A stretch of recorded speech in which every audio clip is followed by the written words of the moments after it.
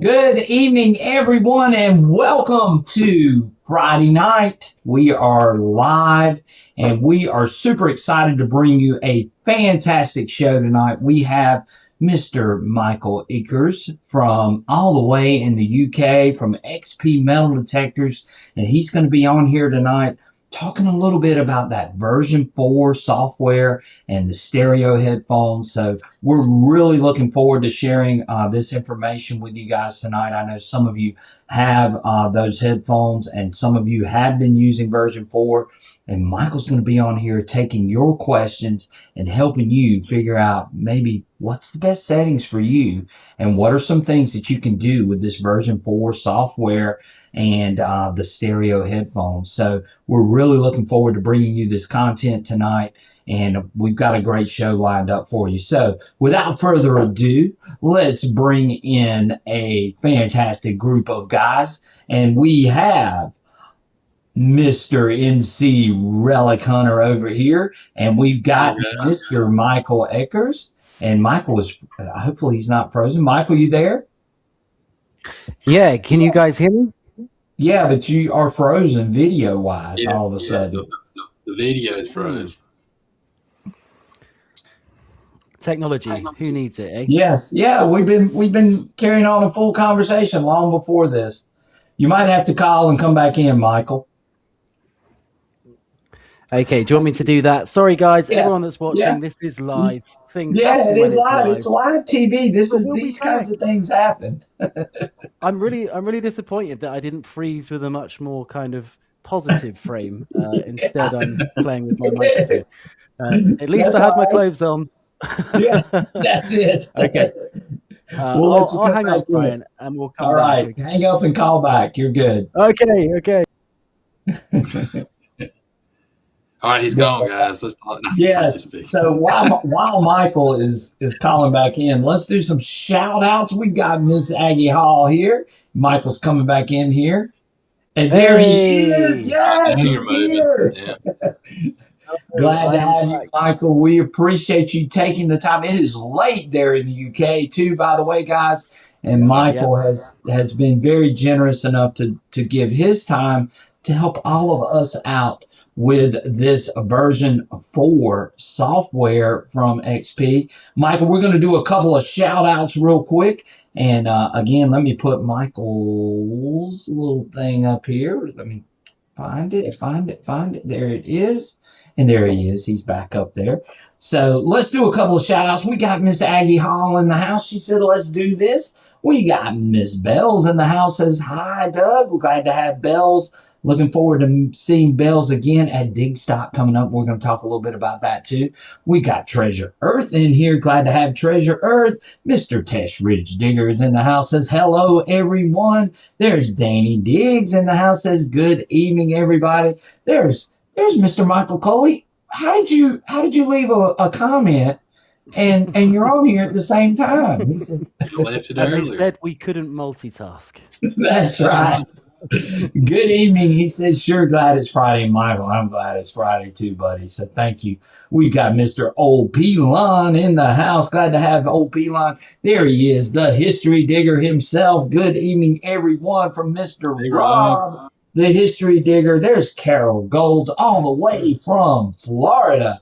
There's Mr. Damian Thorne in the house. Says, hopefully, no, Damian, you better not fall asleep when I've got two Michaels in the house. So you better not fall asleep. But we're glad you're here, Damien. Thank you for joining the show. We've got wonderful guests on here tonight. Dirt Devil Detecting in here. Glad to have Dirt Devil in the house with us. We got Mr. Doug Atkins in here. Says, good evening, everyone. Glad to have Doug. Two guys in a camera outdoors. 148 says, hey to all. North Carolina here. Glad to have two guys in here with us tonight. There he is, Mr. Diggin' Darrell's in the house. Glad to have Diggin' Darrell, always a great supporter of the channel.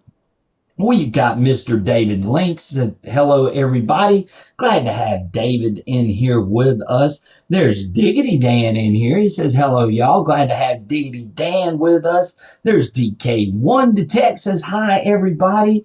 There's my main man there, Mr. Ricky Bennett. So looking forward to meeting Ricky and seeing Ricky at Digstock coming up. So we are super excited about that. Don't tread on me. Metal Detecting says, evening diggers. Glad to have him in the house. Digging Dude is here all the way from upstate New York. Glad to have Digging Dude with us. Let's see. Detect Meister all the way from Ireland over there near where Michael is. And glad to have Detect Meister here. Trying to get through these. Just Dig Deeper is in the house. Glad to have Just Dig Deeper. There's Mr. Edward G. Says, happy Friday, everyone. Glad to have you in here, Edward G. There's Mr. Surfside Dan all the way from Surfside, South Carolina. Glad to have Surfside Dan with us. There's Mr. Magic Man in the house with us. Glad to have him joining with us. There's Mr. 5 Mile Relic Hunter. Glad to have him all the way from Missouri. I always love having 5 Mile in here. Thank you, 5 Mile, for all of your support. There's Mr. Michael Workman in the house. Glad to have Michael. Again, another great supporter. There's El Home Day. I can't read that. Atlantide. You did well there. But he's from France. He's from France. So glad to have them in the house. We appreciate you joining in with us. There's Waldo the Text. Says, hello, everybody. There's Barb the Dirt Pirate. Glad to have Barb in here. Always a great supporter of the channel. There's Dig 5050.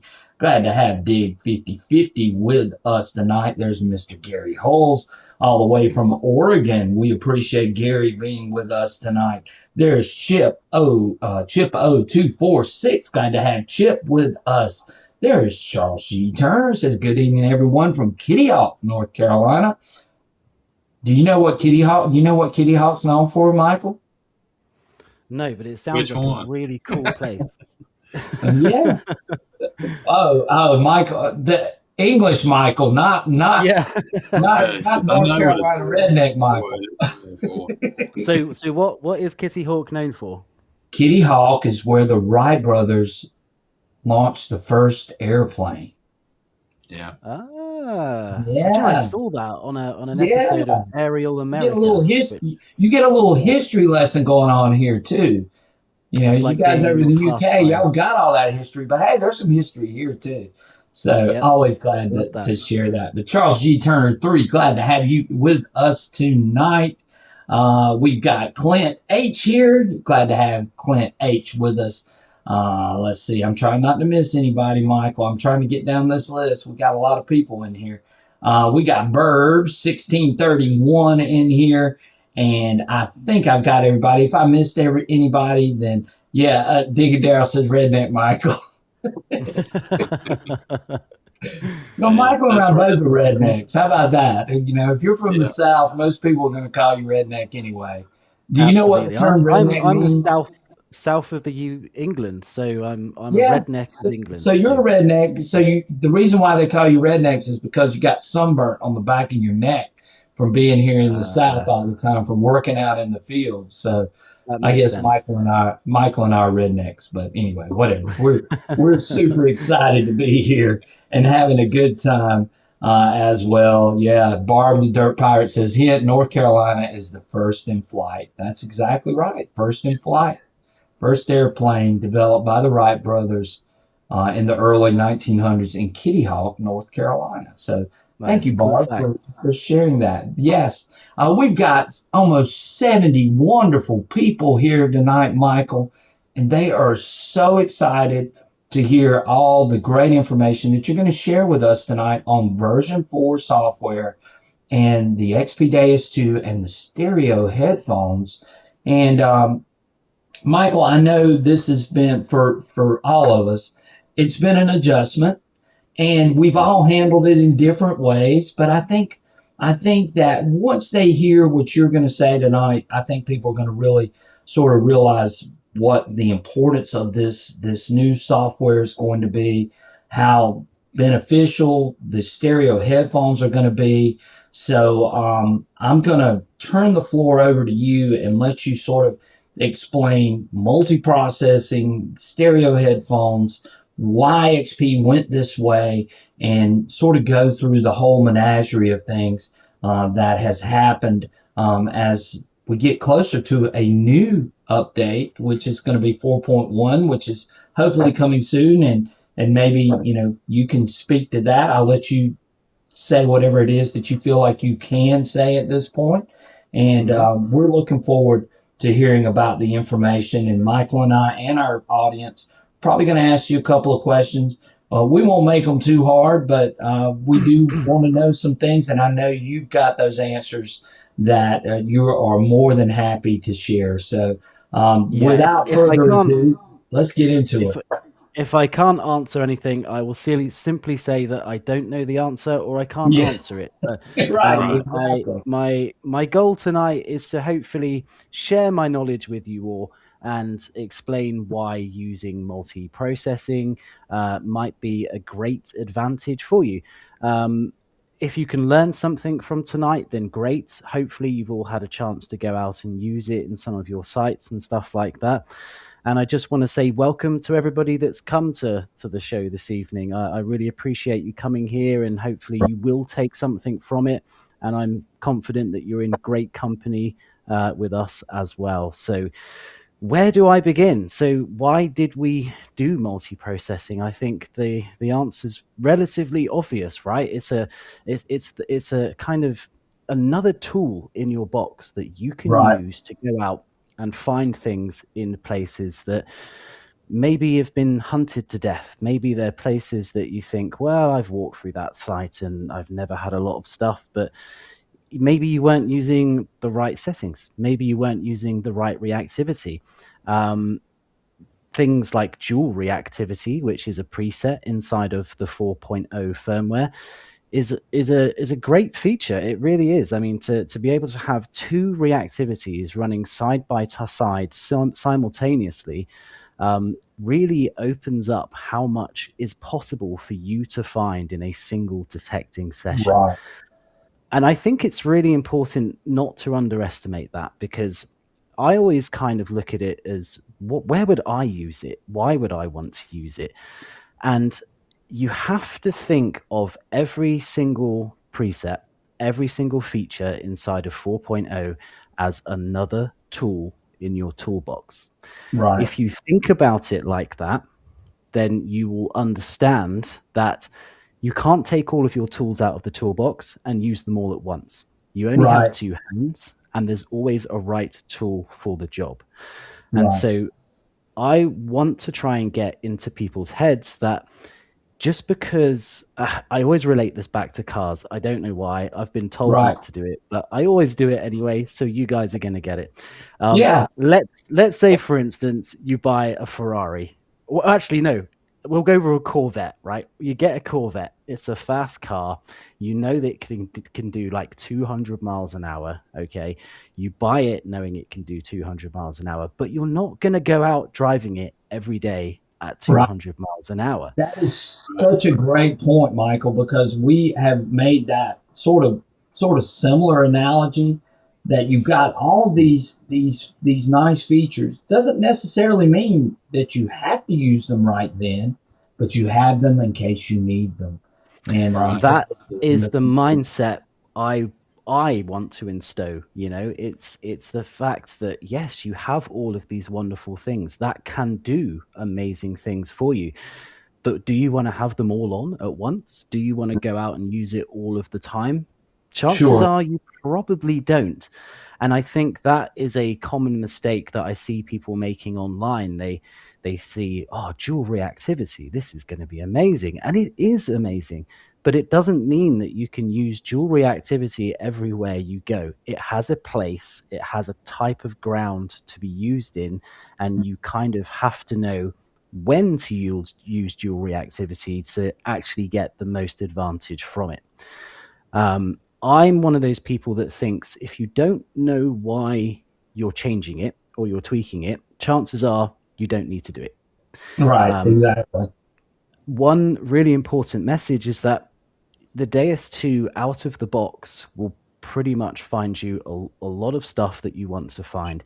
It's a great metal detector without going into any of the expert settings. And I'm going to use the fingers here, expert settings. Right. There's a reason why they're called expert settings. There's a reason why they're tucked behind the menu. It's because you don't need them really to go out and find treasure. You can take a Deus II out of the box from the factory, put the remote on it, pair the coil, pair the remote, pair your headphones, go out using programs 1 to 4, which are my favorites, and then find stuff, amazing stuff in sand, in the water. You can experiment with some of the diving programs. It's one detector out of the box that will honestly find you all of the things that you watch people go out and find on metal detecting videos, like your videos, Brian, and all of those sorts of things. The difference is we give you more settings to play with, and they are for all, a certain type of environment. And so the idea is that you have one detector that can do everything. And you then have to know when to use those particular settings to get the most out of it. And I think that's key, because you can't replace experience. Okay. Some guys have been detecting for like 50 years. I mean, you're never going to be able to replace the knowledge of the ground, the targets, the types of, soil conditions and all of those sorts of things. But you can couple those with a detector that can tweak to those particular types of settings. And then what you've got is somebody that's highly experienced, that can have access to not only a detector that works great out of the box, but it can also do all of these other wonderful things as well. And that is all we've done with 4.0. We've just given you more tools to put in the box so that when you come to a certain environment and you think to yourself, I'll give you a for instance, because I think this works better. Right. So let's look at morphing. Okay. Mm-hmm. Now there's two morphing presets inside of 4.0. You've got Morph 1 and Morph 2. Right. Morph 1 increases the audio kind of information on deep targets, but Morph 2 gives you more audio information on targets that are shallow to your coil. So do you go out into your site where you detect, turn your machine on and go, I'm going to use Morph 1? How do you know every single target's going to be deep until you've started? Unless you've been there before, excuse me, unless you know exactly all of the targets that are in the ground, you don't want to turn your machine on and use a specific preset, because that way all you're going to do is probably not get the most out of it. Right. So my advice is I would go to a site and I would metal detect for half an hour, get an idea as to what the ground is like. Where are the targets? Are they deep? Am I digging a lot of modern targets near the top, but missing all of the older stuff that's down below it? How am I going to get through that? How am I going to work my day knowing that I need to get the most out of the time that I'm here? Right. So now I'm thinking, okay, well, I can detect with standard programs, machine on, find targets, and I could pick through all of this trash and maybe find the stuff that's deep. Or it could be quite a quiet site where targets are very deep because of ground disturbance or plowing. Right. Well, without you having to go into any of the settings at all, by detecting for half an hour, you already know if you want to clean shallow targets from the surface of the ground, or whether or not the ground's quiet and you want to concentrate on deep targets. Right. So by knowing this information, you now have two presets to choose from. right. And Go that ahead, Michael. is the beauty. Other Michael, US Michael, what you want to ask? So, like Morph 1. So if you were hunting open pasture land where you know the targets were deeper, that would probably be the best situation to use Morph 1. If you were hunting iron contaminated sites where maybe the targets are shallower, the Morph 2 would probably be the way. That's pretty much what you're saying, right? So, Yeah. me and Brian hunt a lot of iron and a lot of mass targets. So Morph 2 would probably be the way to go there, right? As far as between Absolutely. 1 and 2, right? Yeah, and Morph 2 is probably the preset I use the most out of any of the four multi-processing presets. And the reason why is because it gives me the ability to know if it's really close to the ground or actually even how conductive it is as well. Now, I'll give you an example because I've come prepared tonight, hence why I'm wearing the headset. Yeah, we like that. We like that you came prepared tonight. Absolutely. So I've got my Deus II remote, Right. and I'm gonna turn it on, and you will hear the startup sound, and then I'll demonstrate to you why I would use Morph number. By the way, 2. that's a nice touch too. By the way, Michael, having the little intro sound. The intro, yeah, I love it. Yeah, it's really good. Okay, so before I do this demonstration for everybody, it's important to obviously relate again that there's a reason I'm wearing headphones. It's because I'm able to get a full stereo spread. I've got left and right. If you're not wearing headphones right now, don't worry, because you can go back and watch this, plug your headphones in, and you'll be able to hear what's going on properly. Okay? Yeah, thank you. So I am also kind of like in a built-up area, so you're going to hear this chirping in the background. That's EMI. Okay, it's EMI. So the first thing I'm going to do, actually, is go into the sensitivity and just knock it down a bit because, well, no, that's the wrong way. Because we don't need so much sensitivity because we're inside. So we're just minimizing some of the EMI, and I'm going to use the general program. And I'm going to go down to the multi-processing menu. Here we go. And then Very we're just good. going to change that so that we're on Morph 2. Okay? So hopefully all of you are going to be able to hear some targets. Let's just test it. How was that? Yeah, Good? we can hear. Okay, perfect. I just wanted to test that before I go through it. Yeah. Cool. So we're going to be using Morph 2. Now, let's imagine you go into a site like a beach or an old homestead or something like that, and there are targets absolutely everywhere. There's a reason there's targets everywhere is because there's a lot of occupation, a lot of activity. Not all of it is going to be a nice silver coin, a pocket watch, or a buckle, or a button. A lot of it's going to be piping left over from the house and just modern kind of trash that's near the surface. Right. The idea is you can either pick between that or you can go below it. Now, the beauty of Morph 2 is it morphs with targets that are much closer to the coil than any other program. So take a listen to this. Now, this is a silver coin, okay? This is just a demonstration, all right? So I just wanted something conductive that would give a nice sound. Right. Now, I'm going to start by waving the coin quite far away from the coil.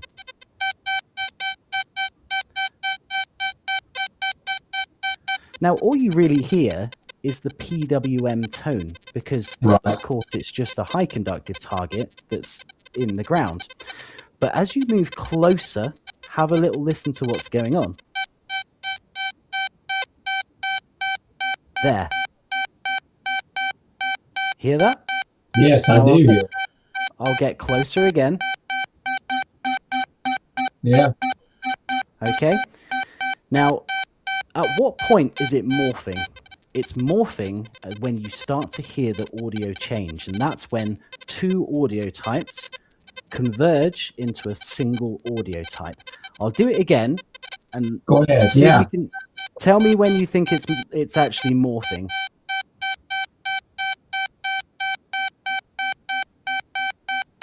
It's now. There. You can just hear it being introduced. Now, the closer I get closer. Now, definitely. You can definitely hear it there.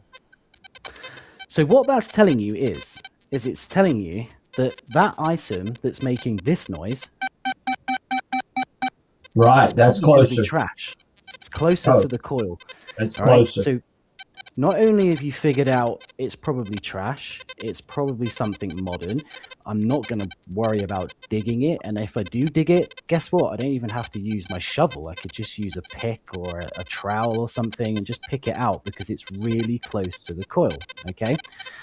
But imagine you're using Morph 2 and you're walking along the field, and instead of hearing this, you hear this. What's that telling you? Yeah, that's telling me that's sweet. Target. It's a deeper target. And that means you're all of a sudden excited because you're going, right, it's not making that morphing sound where those two audio types meet. It's actually giving me a nice clean single audio type, and that's telling me that this thing is going to be a deep target, and depending on its conductivity scale, it could be a nice coin, a nice button, or something like that buried in the ground. So just by using a preset, you're able to gauge a lot more information about the targets that are in the ground. So, for instance, we'll use a nail, okay? Now, Morph 2, take a listen to the nail. Okay, that's a nail close to the coil. Let's move the nail away from the coil. You hear it's still iron, it's still being discriminated, but when you put it close to the coil, it morphs. It's telling you that this little iron nail is lying probably 1 inch or 2 inches underneath the soil. Okay, now if you know the place is an old homestead, you know that there's been a lot of activity and occupation, chances are you don't want to dig this. And without you having to look at your screen or anything at all, your headphones has gone, that's a nail and it's really close to the top. So, Let's wait so, till we so find a deep. Michael, what you're saying here, so everybody can, I mean, I know everybody's listening and everything.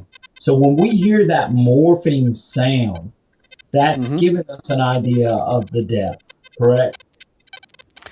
Yeah, so it's easy to look at it as a depth gauge. I've said it's a depth gauge, and I guess that is a really simplistic way to look at it. Right. So if you want to take that from it, I'm perfectly happy with that. It is a depth Mhm. gauge, absolutely. But it's about the knowledge that it gives you about everything in the ground and on all the different sort of the feedback you get from certain targets. So, for instance, as I said, if you know it's a busy site, there's lots of trash around, okay, Right. do you need a depth gauge? You probably don't, because inevitably at some stage you're probably going to dig it and have a go and see what it is. But it's the point at which you dig it out, look at it and go, oh, that was something junky that was really close to the top. I didn't need to dig it. All that time you've wasted when you could have just gone, nah, Morph's told me exactly what that is. I'm not going to take a risk. It doesn't have a steady target ID. I'm going to move on and wait for something that's a little bit more sweeter like this. Right. Nice Right. clean PWM tone. Nice deep tone. I mean, I'm really far away from the coil here. I'd probably say I'm over a foot. Which And it's coil are you faint. using, by the way, Michael? Which one are you using right now? So I have the 11-inch coil set up just Okay. beside me, Okay. which is my preferred coil, if I'm honest Right. with you. But yeah, it wouldn't make a difference whether it's the 9-inch coil, the HF2 coil, whatever coil you've got. These would all work the same. Right. Yeah, but guys, realize that there's Ring Digger says, I feel like the HF2 has more EMI now in multi-frequency. Hmm. Well, Michael is inside right now, Um, so that's why you're hearing all Yeah. the EMI. But the HF2 coil handles EMI really, really well, especially if you go up to that 53 kilohertz band or if you go up to 89 kilohertz band. Yeah. And for the max frequency, it will handle it usually really, really, really well. But yeah, so so that dig and morphic do. sound comes into place. Go ahead, Michael. Yeah, he dig and do was wondering, is there any settings that would be better in plowed fields on the as far as the morphing settings that you would know? It's a good question. For me, it's really a case of detecting first. Okay, so go into the plowed fields and just use a standard program. Use one of your favorite programs, whether it's general, sensitive, fast, deep HC, whatever it is you want to use. Keep it simple, and then just detect for half an hour to an hour, and then you will soon know whether or not the good stuff's coming out deep, or whether it's shallow, or whether it's mixed. And then from there, I think you then open your toolbox and look at your tools and go, right, okay, I just dug a really nice, a coin, a silver coin, and it was super deep. I want to concentrate on the targets that are down there. So now you're looking in your toolbox and you're going, oh, okay, well, Morph 1 concentrates really well on deep targets because it Deeper gives me that targets, right? large sound. Yeah, maybe I'll try that. Turn it on, go to Morph 1 preset and give it a go. See what you think. It might be the thing that works for you, but Right. And Michael, I'm seeing some people on here going, like, well, that doesn't sound good at all. But that doesn't necessarily mean that that's the one that you want to be using in a lot of cases. And that's the of great course. thing. That's the great thing about the Deus II is that maybe you don't like Morph One, even though I know it's a deeper. I mean, it's going to give you more clarity, more morphing on the deeper signals. Maybe you like Morph 2 better. Maybe you like dual reactivity better. Maybe you like dual axis better. Yeah. You need to play around with these things in order to figure out what's going to work for your ears. Just because what you're hearing right now may not work or you don't think sounds good to you, there may be something else in there that does sound good to you. And Yeah, and I think as well, it's really important for everyone to remember that these are just presets. So these are sounds and settings that somebody has made because they think it sounds good to them. Right. And as we know, by listening to music and all of those sorts of things, everyone has different tastes. Everybody Everyone has likes to listen to different things. exactly, Michael. And I think that's what a lot of people are missing as far as the point of all of this is that it Hmm. is designed for you to sort of figure out, hey, I like the way this sounds, but I don't like the way this sounds. You're going to Yeah. have to play around with that. And I've said this 100 times. I can't tell anyone on here what you should run. You're the only one who's going to be able to decide that as far as the Yeah. audio. Hmm. Because everybody hears things differently. That's just part of it. But the good thing is that XP has given you the opportunity to listen to these things in a different way. And Yeah. you may decide maybe, and again, and I've said this too, you may decide that maybe I don't like Morph 1. Maybe I like Morph 2. Maybe I like dual reactivity. Maybe I like dual axis. You're going to decide what's going to work best for you. I can't tell you. Michael from UK can't tell you, and Michael from I got to get that straight. Michael from the US can't tell you either. So we're just showing you, and somebody said, oh, these air tests don't mean anything. We're not doing an air test. We're doing an audio test for you to Yep. sort of hear. When you hear, Just a demonstration. and I promise you that the air test is going to sound very similar to what you're hearing in the ground as well. So what Michael's showing you is giving you a great demonstration and explanation of what those things will sound like, even in the ground. And, again, you're going to have to decide what audio, what morphing tones are going to work for you. You're the one who makes those decisions. I can't tell you. Michael can't tell you, and Michael from the US can't tell you. You're going to be Yeah. the one who has to decide. But the good thing is that just like we said at the beginning of all of this, and Michael said it so eloquently too, is that it's just like having, you can go 200 miles an hour, but are you going to really drive 200 miles an hour, But you got it in case you need it, right? If you want to change those sounds up, you can do this. You can add the morphing into it. You can add the different tones into it. You can set up the different reactivities. You can set up the sensitivity. All those things are available to you. Doesn't necessarily mean that you have to use them the way that we're saying you have to use them right now. You can use them however you choose. Right, Michael? I'm taking that you mean me as Michael, not Yeah. NC UK Relic Michael. Hunter. Yeah, this is getting confusing. UK Michael. I absolutely concur. Yeah. In fact, I'm gonna do another demonstration because Yes, let's do it. Let's do demonstrations it. are key. Okay. Right. So And a lot of this people are saying this is a great demonstration. It clears up some of the questions for sure that some people have had, and I see that. Just Mhm. listening to what you're doing right now, I know that is clearing up some of the confusion and some of those things, and that's why we're having Michael on here tonight, guys.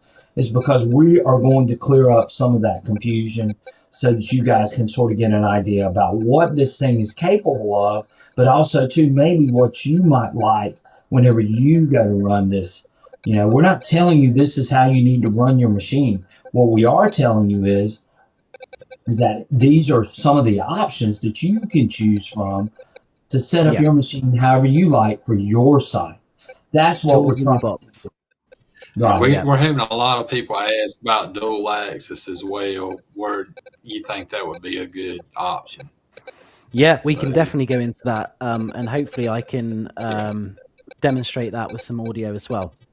But Right. so I'm just using the standard general program. Okay, no multi-processing whatsoever, and this is unmodified, out of the box with no changes at all.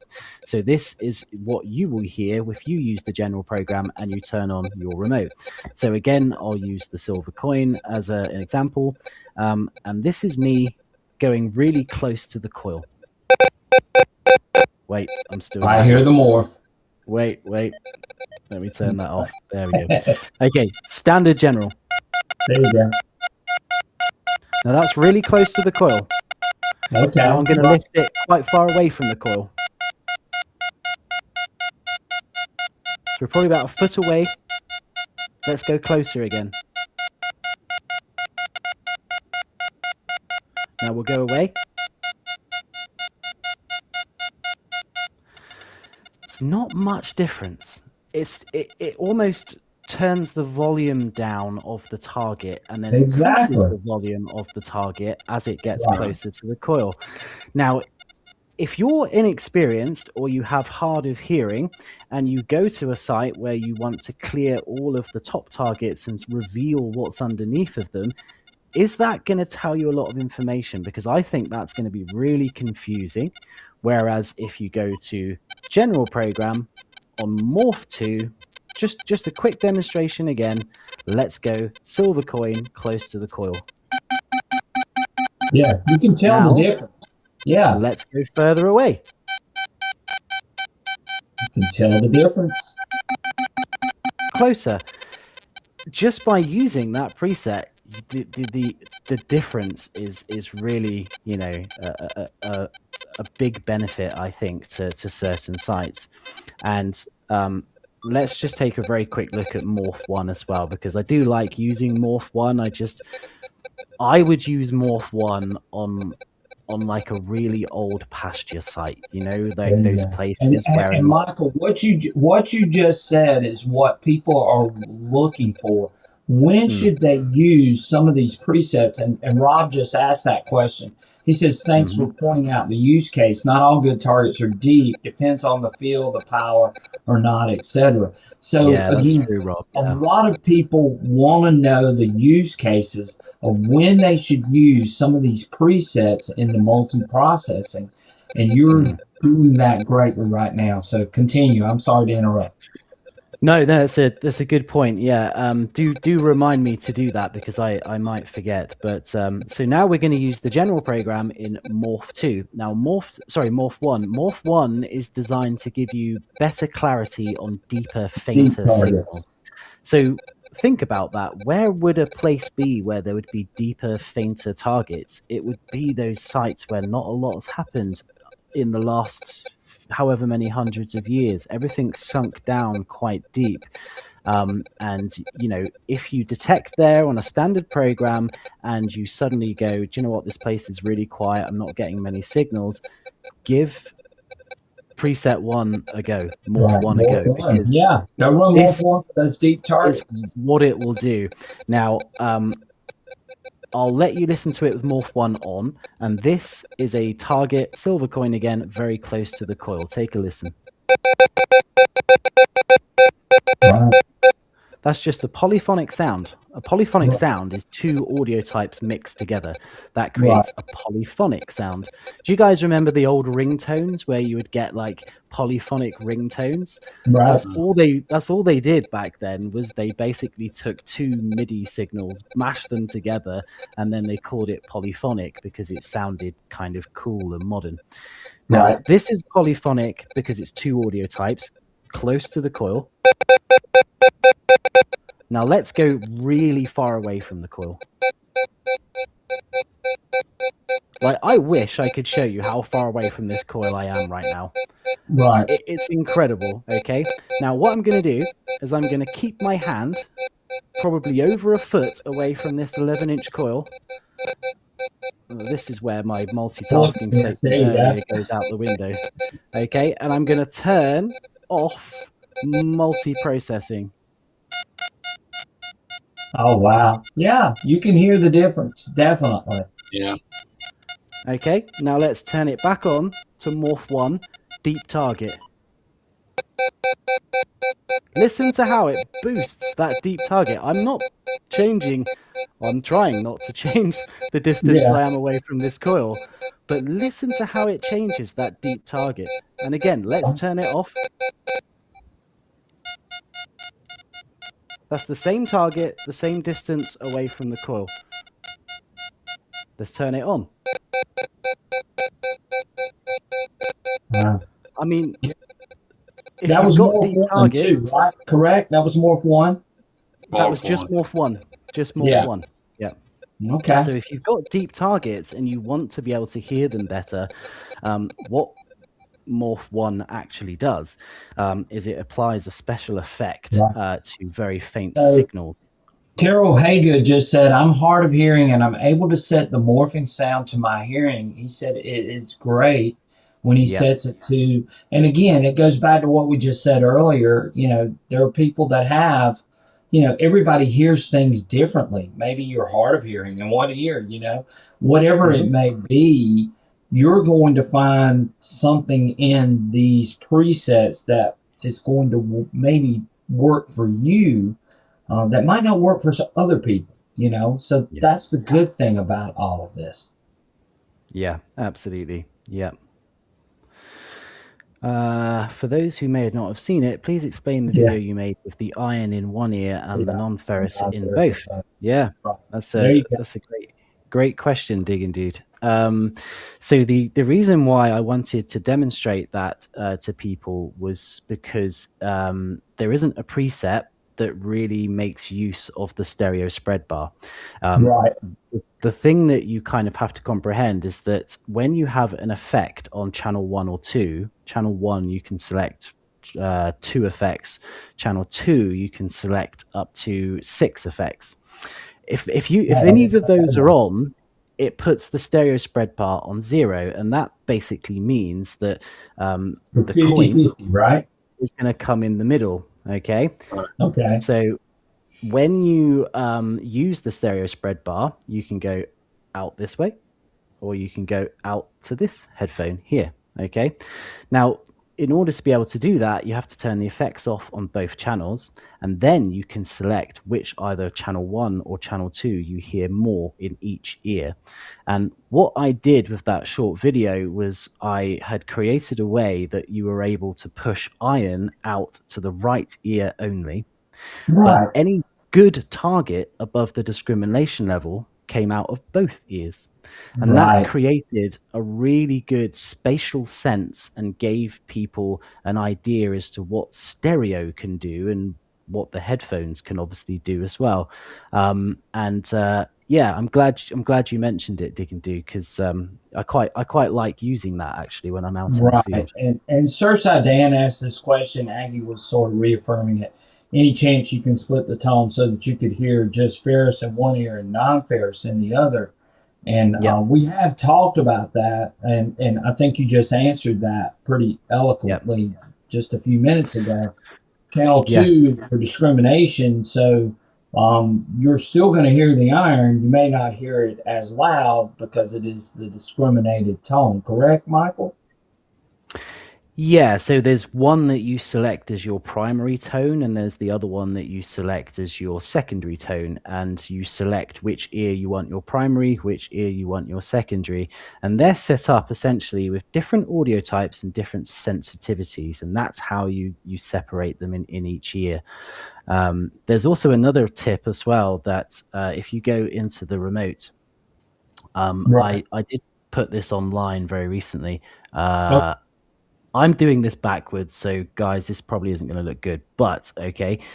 You can go onto the stereo spread bar here and hold down plus or minus, and what that will essentially do is swap the position of channel 1 for channel right. 2, and Right. they So when cross you go back to over. zero, it will switch those two channels. Channel 2 will Switch appear over ears. Yeah. the left hand side, and channel channel 1 will appear on the right hand side. So going back to the question from Digging Dude about Yeah. the short video that I made about having iron in the right ear only Right. and good signals in both ears, all you would have to do is hold down the minus key on the stereo spread bar, and you'll actually see channel 1 flip from channel two's position, and they'll swap. And that means that just by doing that, the iron will now come out of the left ear, and both Right. channels will come out of Right. both ears. And maybe you hear better in the left ear versus the right ear. And Right. again, this goes back to what we've been saying all along. All of us have different hearing preferences. Mm. Maybe we do hear better out of our right ear versus our left ear and so on. So, I like to call that's it the beauty natural of this. discrimination. Yeah. What's that? What's that, I, Michael? I'm sorry. I like to call it natural discrimination. Right. You Yeah, you exactly. hear what you want to hear. Right. Yeah. Yeah. So, Michael, History Digger wants to know, can you share anything about 4.1? Now, we've shown a couple of demonstrations here. Um, and Michael, I know that there are some improvements that are coming with 4.1. Um, Dual axis and dual reactivity, we didn't really touch on, but we sort of feel like, and I know you've said this I think you've said this on a couple of your videos, when you're just starting with this, mainly play with Morph 1 and Morph 2. Dual reactivity and dual axis might be the more advanced type settings. Am I correct in that, or Yeah, is there's there there's there's something a there's a else? lot more information that those presets give you, and therefore there's a bigger learning curve to mastering them. And that's why, for me personally, I think it's better that you start with morphing, really get to grips with morphing. Hopefully, the video this evening has given you a better understanding of what morphing can achieve. Once you've got morphing under your belt, then move up to dual reactivity and go through there. I mean, if you've got time, I'm quite happy to do more demonstrations. It's just what Yes, people want to yes. do. We'll get to And then those, but obviously, and then obviously axis mode as well. There's a very specific use for dual reactivity. There's a very specific use to the dual axis mode as well. So it's a case of having to know when to use them, why you want to use them, and then go for it, because they will give you some amazing results. right. So we've got a couple of people. Terrell Haygood says, I've been running morphing at 0 and not splitting. He says it works for me. And Yeah. again, everybody's going to be different on these settings, guys, because like I said earlier, we all hear things differently. We all are different as far as the audio that we like and those types of things. So this is just, and I've said this 100 times too, it's going to take some getting used to. And yes, there is a little bit of a learning curve that you're going to have to overcome to figure out what settings and what things are going to work for you on the sites that you're hunting. But Michael said this at the beginning too. You might want to go out and analyze your site first, and then decide where you want to go from there. Are there going to be deep targets? Are there going to be shallow targets? Are there going to be, you know, whatever, Trash everywhere. trash? Yeah, Yeah. there's going to be a lot of Iron. Yep. trash. Is there going to be a lot of Absolutely. iron?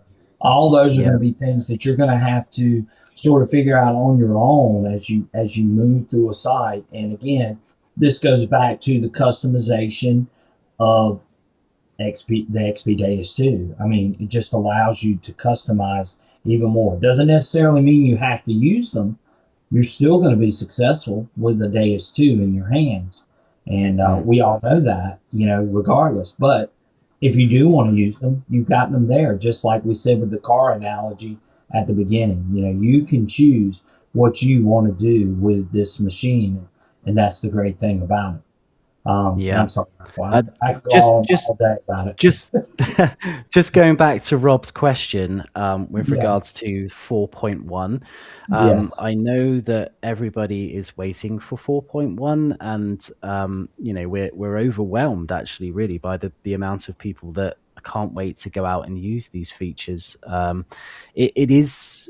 It is almost ready. We are testing it. I've been testing it a lot recently, just to make sure that everything's working.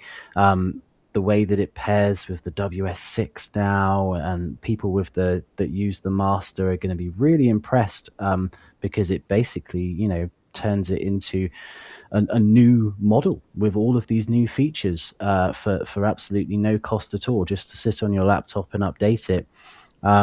There's some really interesting sounds with pinpoint mode now, Yeah. that's going to be coming.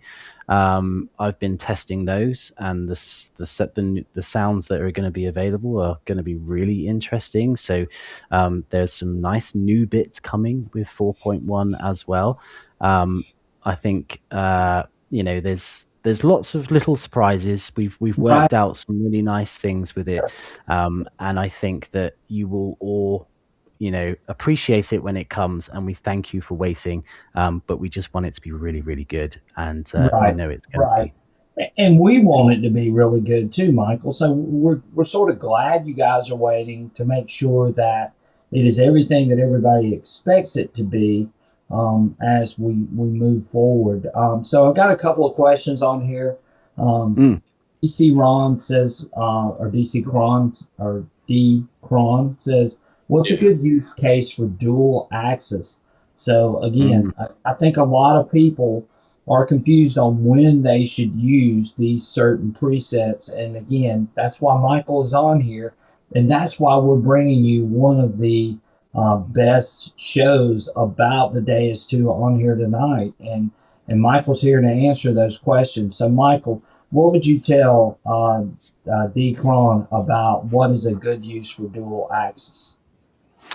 Yeah, so dual axis is an all metal mode of detection. Now, if you've used all metal detection modes before, you'll know that essentially they are running zero discrimination in the ground, and they're able to give you an idea as to a target size, a target's location. There's kind of a reason. I don't know if you've ever seen one of those people that walk up and down like streets and sidewalks, and they're searching Right. for cables and pipes. They're using that little thing that they hold, and it's basically a non-motion metal detector, and they're Right. able to walk along the path, walk along the sidewalk, and They can detect trace it. exactly where the cable goes, because it's constantly in detection mode, and Right. that's kind of cool. Now, traditionally, the problem with all metal detection is that there is no discrimination. You can't have discrimination if it's just constantly looking for all types of metal, and that meant that it had a very specific use. Now, you'll all be familiar with the Extreme Hunter, which was a product that we released a couple of years ago, a very successful deep seeking treasure hunter machine. That is also a non-motion metal detector, but Right. we also offered discrimination with it, which of course meant that yes, it would search for deep buried masses, but it would also enable you to filter out maybe some of the smaller irony stuff that was quite Right. close to the top, so Right. that you weren't digging trash. Now, with dual axis mode, I like to say that you almost get an extreme hunter inside of the Deus 2, but you just don't get that extreme depth of the extreme Right. hunter. Yeah. There's a reason why that thing is, you've kind of got to walk along with it, and the holes you would dig with the extreme hunter, honestly, you would be able to bury a car in it. It's Right. crazy. But yeah, imagine having the power of being able to do that with a single metal detector, even with the HF2 coil, which is something that's really, really impressive. A light, small, elliptical coil now has all metal mode, but with a secondary channel that you can run discrimination with. I And love HO2, Michael. I really do. Yeah. oh, I know. Yeah. You found some amazing stuff with that coil. It is In my fact, baby. I want to say that I see a lot of comments online, and people always say, "Oh, I'm thinking about getting the HF2. What do you guys think?" And I always feel like going, "Get Brian in here, because he will be like, that thing is amazing." I have found so Oh, many I good love that things with coil, Michael. It is just it. amazing. And, I ran it with the stereo headphones and version 4. I dug the oldest coin I've ever dug, and probably the Mhm. oldest coin I'll probably ever dig in my entire life Yeah, on a incredible. 1700s Congratulations. plantation. Now, would another detect probably considering where it was, but that's not the point. I was using version 4 and I was using stereo headphones, and I dug a whole bunch of other things too on a site that Michael and I have hunted Mm. a good bit. And Michael went back to that same site. What, Michael? 4 days after I found that coin. Yeah. Michael, what did you dig that day? I think an umbrella slide. I think I did one button. Yeah. Wow. So an umbrella slide and one button. But the thing was, we had already hunted that site. We've been hunting that site for 3 years. And we Yeah. went back in there with version 4 and the stereo headphones. and I had a banner day, and then I had the greatest, one of the oldest finds I could possibly ever find. But I love the HF2. Michael, I mean, I'm trying not. I know I can get off track real easy, but don't tread on me's got a very good question here. He says, "Is version 4 the same as 3.10 until we access multi-processing?" And I've Yeah. had some people that have asked me that. Michael, Yeah. give them the answer there. Yeah, so I see a lot of comments online by people saying, well, I upgraded to 4.0 and now it falses on iron and I can't get, the ground penetration and the depth as before. And it kind of amazes me because actually it is the same as 3.10. It's the same base programs. There's not a lot changed. All we've really done is just added some extra tools in your box for you to use when you need to use them. Right. So if you don't want to use them, then it's just 3.10. It's the same presets. We Right. haven't changed any of the factory programs. They're all exactly the same. And you'll notice that when you actually turn the Deus II on, multi-proc is set to off anyway. So it Right. is And really we've said that. 3.10. We've said that a few times. Here's another one. Don't tread on me wants to know, well, what about dual reactivity? So we just talked about Mm. dual axis. Give us a Yep. good use case example for dual reactivity. Don't tread on me wants to know that. So give us a Yep. good use case example for that. So I'm actually quite excited to use dual reactivity next weekend because I'm going to a site of a big Roman settlement, which obviously it isn't there anymore. It's just fields. But the place that you go to like that has got a lot of history in the ground means that there's going to be very varied kind of detection zones. So, for instance, there's going to be things close to the top. There's going to be things in the bottom, and guess what? There's going to be things in the middle as well. Now, how do you detect a site like that? Because before multi-processing, you would go to a site and have to make a conscious decision. You would say to yourself, I'm going to run my favorite program, which is reactivity 2.5, sensitivity 95, etc., etc., etc. And then Right. you'd walk along the field for an hour or two or whatever it is, and you would kind of go, is this working for me? Am I finding things? If you find things, guess what? You're probably not going to change those settings, which means you're going No, to be you're not using them changing all those day. settings at all if you're finding things. Right. Yeah, That's right. absolutely. Right. And this goes back to the story that you guys just said, where you went to that site. There was producing loads of targets, but you hunted it and hunted it and hunted it. Michael went there and found the umbrella thing and a button, and it just started to get really, really quiet. And it's probably because you're going to those sites using the same settings Same because they settings. work. I don't Exactly. blame you. They work, right? Right. But the beauty of dual reactivity is now you can use your favorite settings, but have two simultaneous reactivities running alongside each other. And what the benefit that's going to give you is it's going to be like you returning to that site, walking the exact same footsteps through the field, but with different settings. And the reason why that's so cool is because you're not returning to the field. You're doing it all in one trip on the same Right. time frame, on the same day, looking for targets that are close to the top, in the middle, and really, really deep. And okay, if targets are closer to the top and there's a deep target below it, obviously until you clear the target that's near the top, you're not going to find the one that's below it. Always check your holes.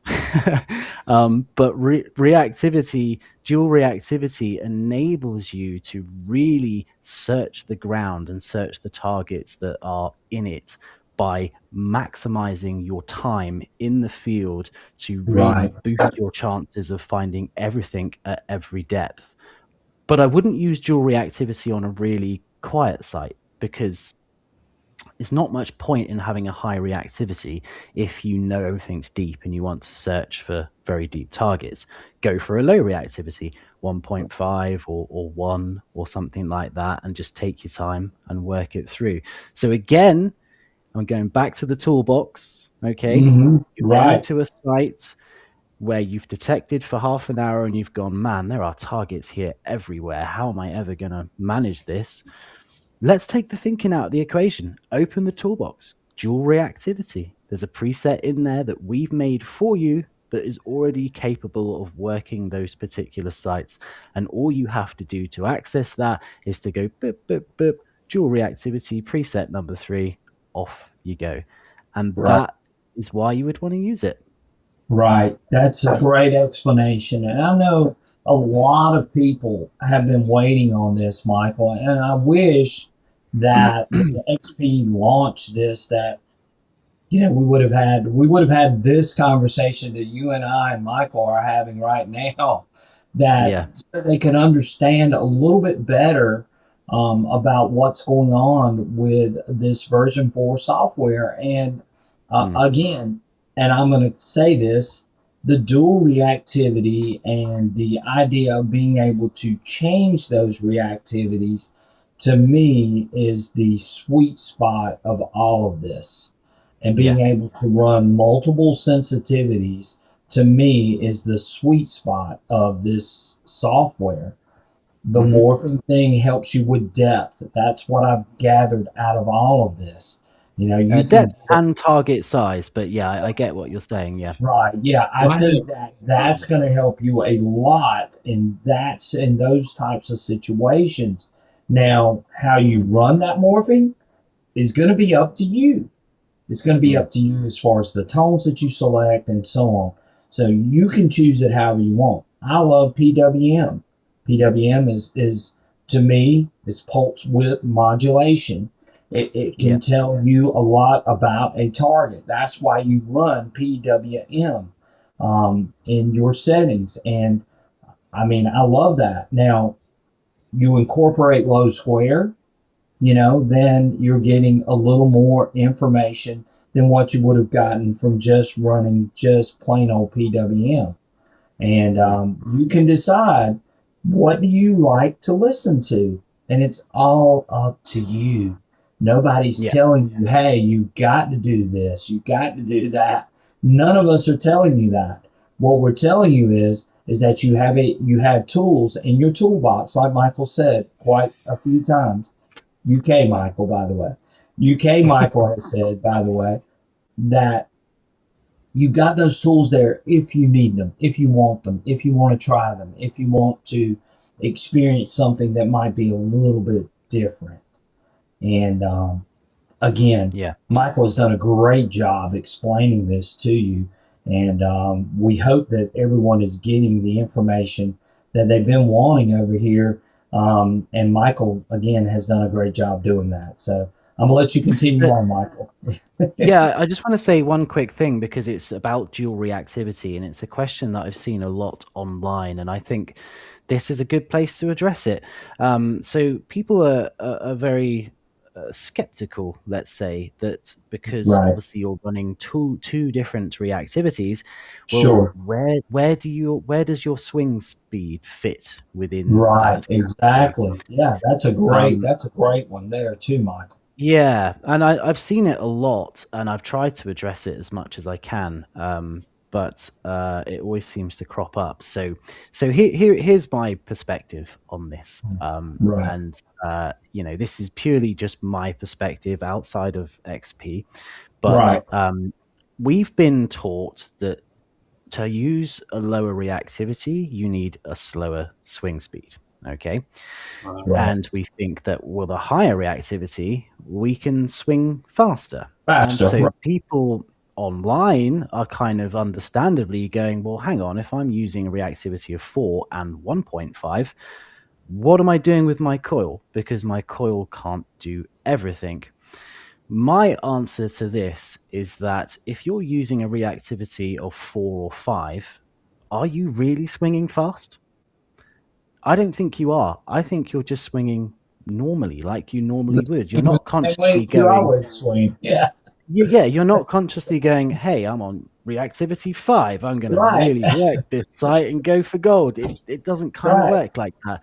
And I also think that if you use a low reactivity, although you're aware that you should probably go a bit slower to give your machine more chance to hear targets, do you really walk along slowly? I don't think you do. I think you just kind of again go a little bit more smoothly as you normally would. And so, this is my advice to anyone watching this that had the question as regards to what do you do with a dual reactivity setup?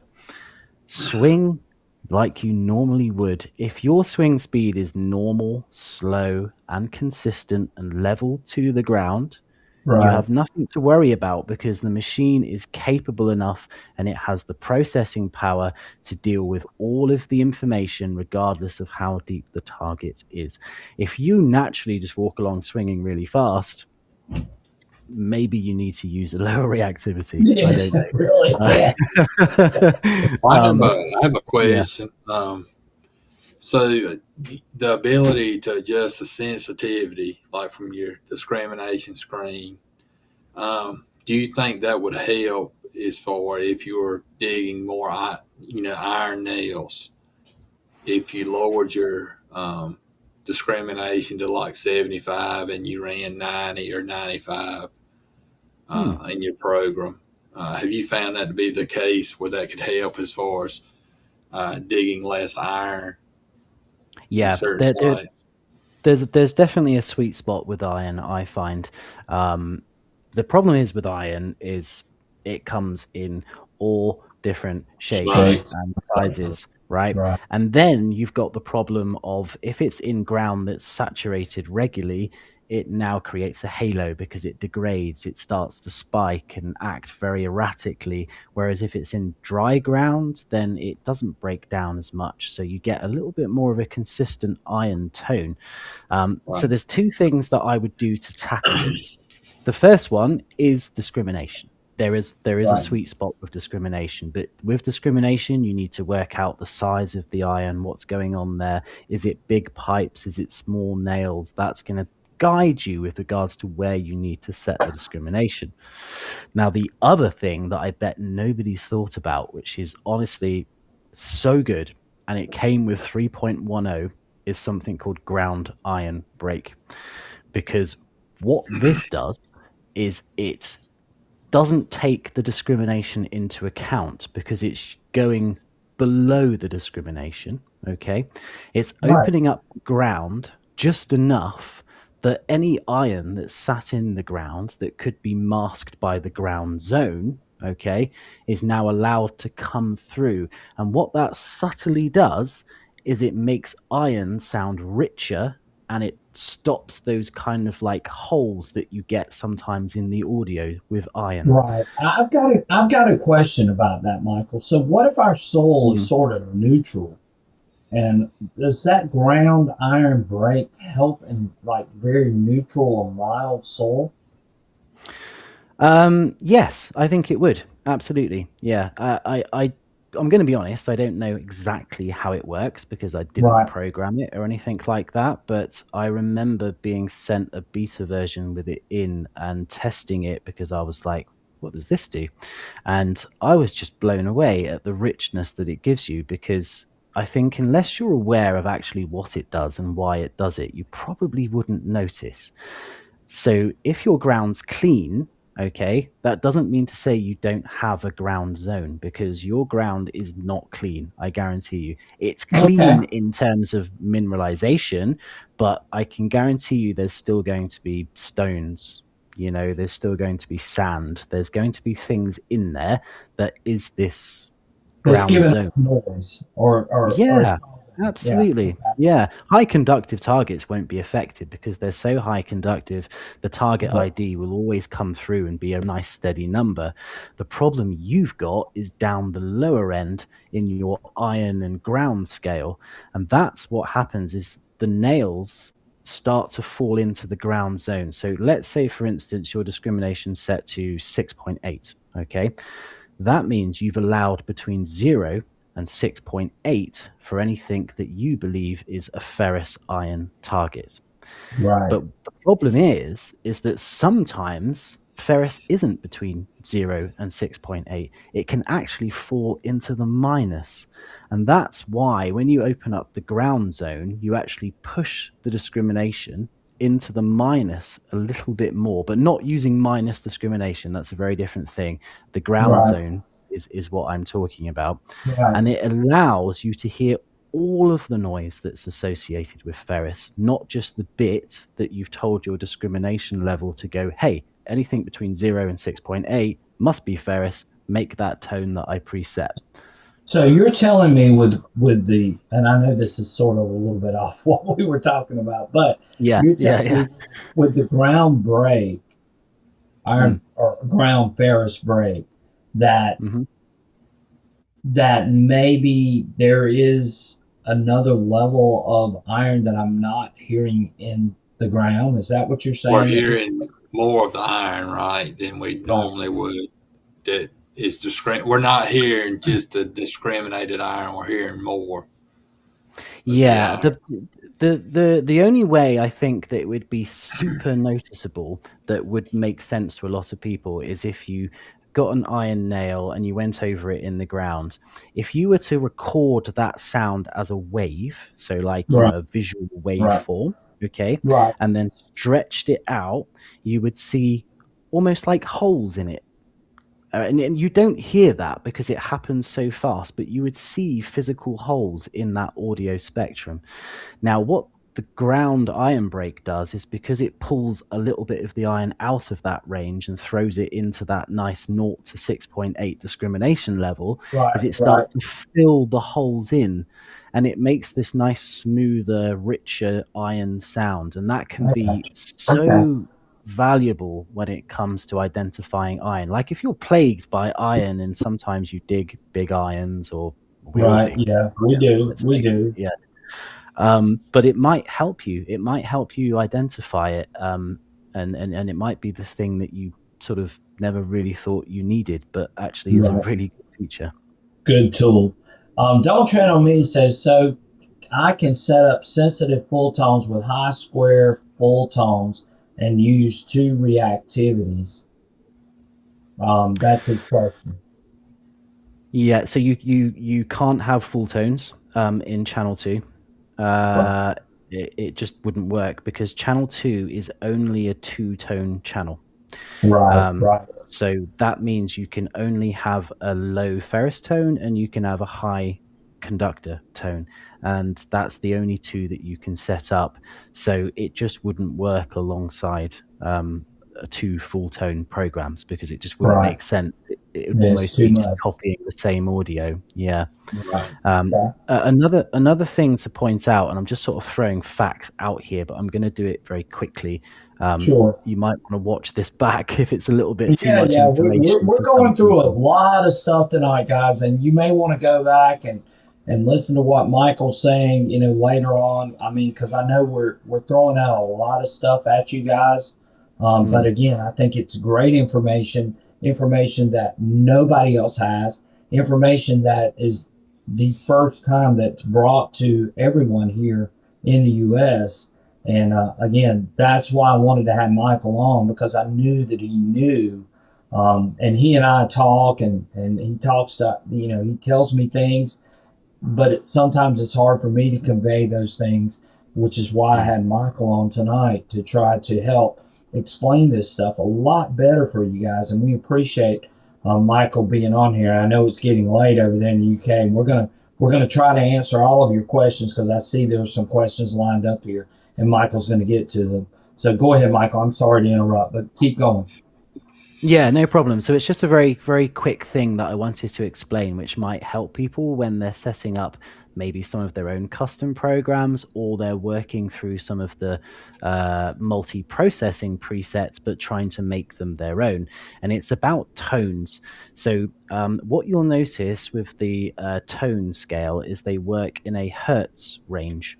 So you Right. notice that you can go all the way down to 0 hertz and all the way up to 1,000 hertz, let's say. Okay. Now look at that as a keyboard or a piano, and you've got your low key, which is your 0 hertz, which goes dong, and then you've got your high key, which is 1,000 hertz, which is your ding. Okay. So what you can really do with tones, and I love doing this, although it takes up a lot of my time, I'm not going to lie, is you can almost play chords with your second channel, and you can decide where in the piano you want the high tone to be, but you Right. want that high tone to work in unison with the 4 or 3 tones you've set up in channel 1. And there's a really cool thing online where you can go and work out what hertz range corresponds to each note on a keyboard or a piano. And then you get a chord scale and you go, okay, so a C, an F, and a G makes this chord. And then you can almost play a chord with your Deus II just by setting up the tones with those different keys, essentially. Exactly. Just dig deeper. Got a good question here. How does Morph One help with size again? So, again, explain that one more time. I know we started off with Morph One. Tell them again on how Morph One will help with size. Yeah, so this is why I was hinting earlier that it's not just a depth gauge, and it's because it will morph based on its conductivity as well. So the higher conductive it is, the higher target ID it's going to have, and therefore it's going to be easier to metal detect. So I have personally dug a really deep hole only to find a squashed like soda can at the bottom of Yeah, it. And yeah, we've just all been done like, that, Michael, I'm sure. I'm like, Yeah. this was meant to be treasure. Why are This you should a have been soda hey, can? this should have been a US belt plate, for us. That's Yeah. what we would have been looking for. Okay, and the reason why you had to dig down so deep is because that soda can is super conductive aluminium. And trust me, that thing could be deep, but because it's highly conductive, your coil just picks it up.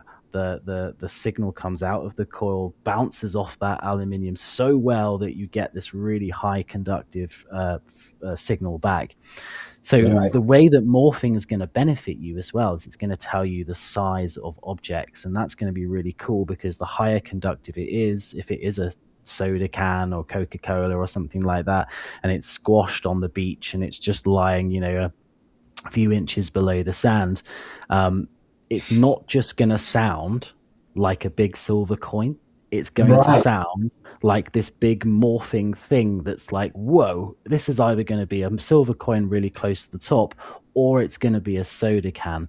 And that's why morphing is a bit more than just a depth gauge as well. Right. Right. Yeah. So I'm looking at all the questions. Dual tone, full tones, and all metal setup really helps in sizing. Also, that's from Digging Dude, and I believe Digging Mm-hmm. Dude is correct on that. That's yeah. So yeah, we appreciate. Clint says, yeah, guys, we got to get 100% for us too. So yeah, Mm-hmm. if we get to 100, Michael, tonight we are going to do a great giveaway. So that's what we're trying to get to. And right now we're only at 76. We got to get to 100. I We know got what to we get need. to 100 for the grade giveaway, and we're not there yet. So we're trying. Let's see here. There was a couple of questions on here. Don't Tread on Me says, I'm thinking dual reactivities of like 1 and 3, keep them fairly close and zero in on the actual depth needed. What do you think about that analogy from, or Yeah, that why not? example for Don't Tread on Me? Absolutely, why not? You've got a good mix there of searching very deep targets, and then you've got your shallow targets as well. I actually like to think of high reactivity not as shallow targets, but as a separation range. I think it's a better way to look at it because yeah, it's going to search for shallow targets, but so is a low reactivity. If it's shallow, you're going to find it with a low reactivity as well. What a Right. high reactivity is doing is separating them in and amongst all of the targets that are in the ground. So you've got, Right. yeah, low separation and separate and deep targets as well. Right. Is Michael Button from the Feeder UK? says, is Michael from Sounds the like a UK? Texan. He sounds like a Texan to me. What do you think about Yeehaw! Texas? I wish I was a Texan. Like Just it's Dig rained Deeper here says, in when the Michael UK is a for guest, we weeks. should always have a great giveaway. Awesome show, guys. We appreciate that. Just Dig Deeper. And we do have a great giveaway, but we're trying to get to 100. this fine young gentleman over here has stayed on very late for you guys. The least you can do is come on here and get some more people in here. We're at It's only 78. 2 a.m. I mean, hey, Yeah, it's what's only that? 2 a.m. and he's in here talking metal detecting about this morphing and version I'd 4 only be doing software. it in my sleep, though, Brian. Yeah, That's the I problem. know. I can only imagine. I can only imagine. Yeah. So, Michael, we so appreciate that. But real quick, we got to do our detecting tip of the week. So we've got Michael coming on here. We're going to do our detecting tip of the week, and then we're going to come back. We're going to answer a couple more questions, and then we're going to let Michael go because he wants to go detecting tomorrow, guys. We can't keep him on here forever, but he Right. has done an excellent job of answering a lot of your questions and getting this information out there. I know a lot of you have been wanting this information. I think Michael's done a great job of explaining some of these things to you tonight, showing some great demonstrations. Hopefully, you can go back and rewatch this video and get some great ideas for some things and some use cases that you can do for your settings as well. Thank you so much, Just Dig Deeper, for the super chat. Again, we are trying to bring you guys some of the best information out here on YouTube with all of the latest and greatest machines. And of course, XP is a great machine, and we want to share that information with each and every one of you. And we so appreciate Michael being here tonight, Michael Yeah. from the UK for being here tonight, and Michael from the US. We always appreciate him. But we are so happy that he came on with us tonight to help explain some of these things. And hopefully, people come away from this video and they go, hey, I sort of get what Michael was saying. I understand now what this version 4 and this morphing and multiprocessing and stereo headphones, what that's more about that maybe you didn't understand before. And that's why we bring you these shows. But without further ado, let's bring on Michael with his detecting tip of the week. Michael, it better be long. Is it long? How long is it? I can't remember. You can't remember. What the heck? It didn't need to be long because it'll keep him on here long. Not a All good right, let's sign. Not a good let's sign. bring Michael on here for the detecting tip of the week. Thank you guys for watching. Get some more people in here. Come on, let's get this going. And here's Michael's detecting tip of the week. Hi guys, I just wanted to hop on here to give my tip of the week. And this week, I know that we have dig stock coming up next week, and I just wanted to give my tip. I like to prepare, make sure I have everything, prepare for the weather. A lot of the weather in North Carolina, one day it may be 70 and it may be in the 20s the next day. So make sure you kind of dress accordingly. Like we talked about, bring some rain gear because, we don't know. Sometimes we have some storms come in the springtime. So kind of prepare for that and just have a good time. It's not always about finding the best find or I'm sure we're going to all find something, but, it's fine as far as finding a find of a lifetime. It's kind of rare, especially on these hunts. Now, people do find great finds, but it's more to get together, fellowship, enjoy hunting together, meet new people, and just hunting in a different location that you're not used to. And that's really what this is about: getting together and fellowship, and and meeting people that we talk to online or or recognize from videos or just meeting them in person and talking to them about their machines and their settings and kind of the way they like to hunt. But anyway, that's just my tip this week. Just have a good time. If you're going to dig stock, I look forward to seeing everybody there, and let's just go have a great time. Thanks, guys. So there he was, Mr. NC Relic Hunter himself, Mr. Michael Coley. And we appreciate Michael sharing his great tip of the week. And we are headed to Dig Stop. We hope to see a lot of you there, and hopefully you guys are going to come by and say hey. And we'll have some machines there. We'll have the Deus II there. We'll talk metal detecting, metal detectors with you. We're going to go out and hunt, so we're going to have a great time. So come and join us at Dig Stock. If you are going to be there, come by and say hey. We would love to see you. So, Michael, a couple of things in as we get ready to get out of here.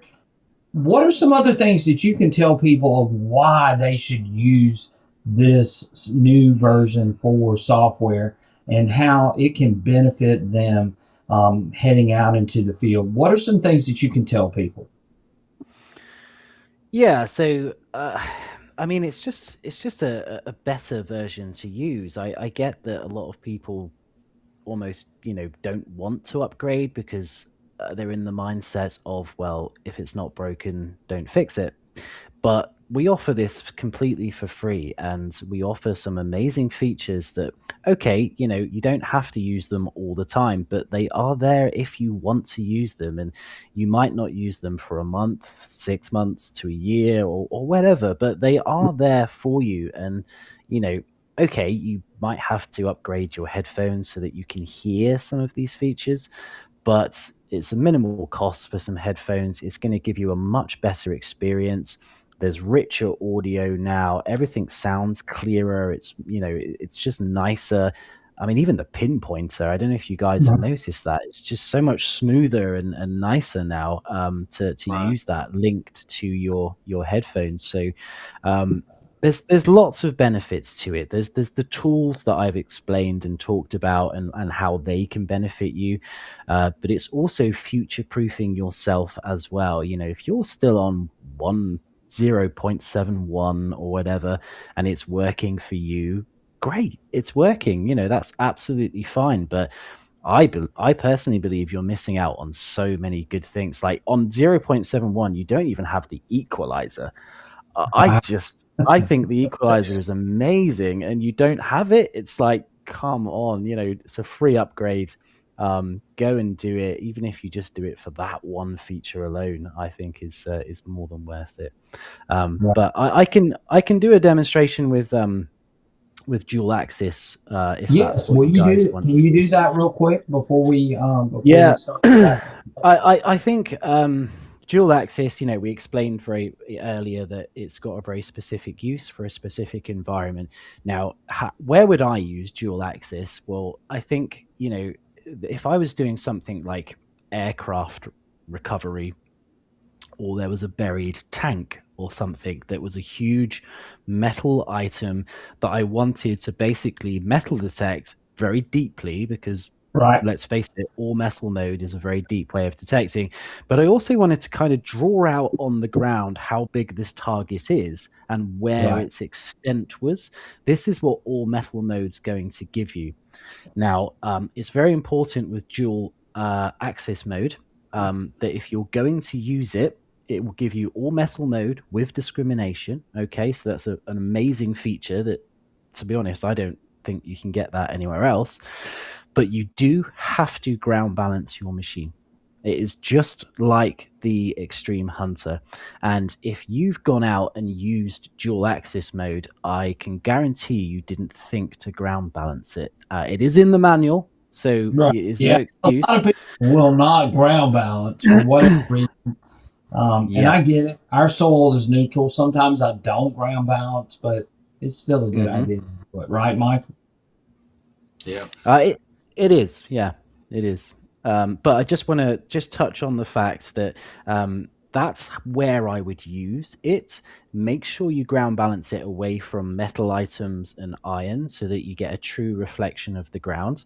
And also, because it's all metal mode and it's running what I like to call mini extreme hunter mode, it also uses auto tune as well.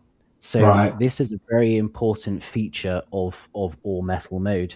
So I'll give you a little bit of a demonstration, just because we've set it up. So why not? Okay, so let's go into the general program. I'm just going to keep it nice and simple, and I'm going to go into program number 4, which is your dual axis mode. Dual Okay. axis. Okay. Now I'm going to leave it completely factory preset. Okay, so we've got auto tune on 3. We're not using any of the effects, and we've got channel 1 set up as discrimination and channel 2 set up as all metal. Now let's get well, it doesn't matter what we use because it's just for demonstration, a coin, and we're going to go near to the coil. Now you hear I'm just holding the coin on the coil. Can you hear how the auto tune is cancelling it out? Now if we go into the remote and go down to auto tune and turn it off, so now it says auto tune off. Right. Look what happens when I hold this target on the coil. Nice, steady, constant sound. Right. Okay, that's going to enable you now to follow a pipe. It's going to enable you to mark out where this aircraft is buried under the ground. It's going to enable you to find the manhole cover or whatever. I'm just giving examples. Okay. Yeah, sure.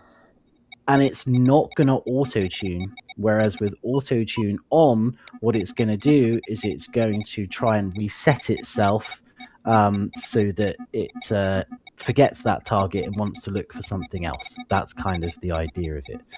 Right. So again, specialist tool for a specialist situation.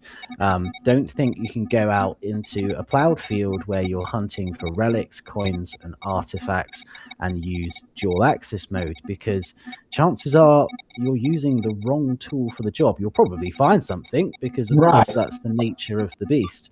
But you're probably not going to get the experience that you want from it. Right. Sure.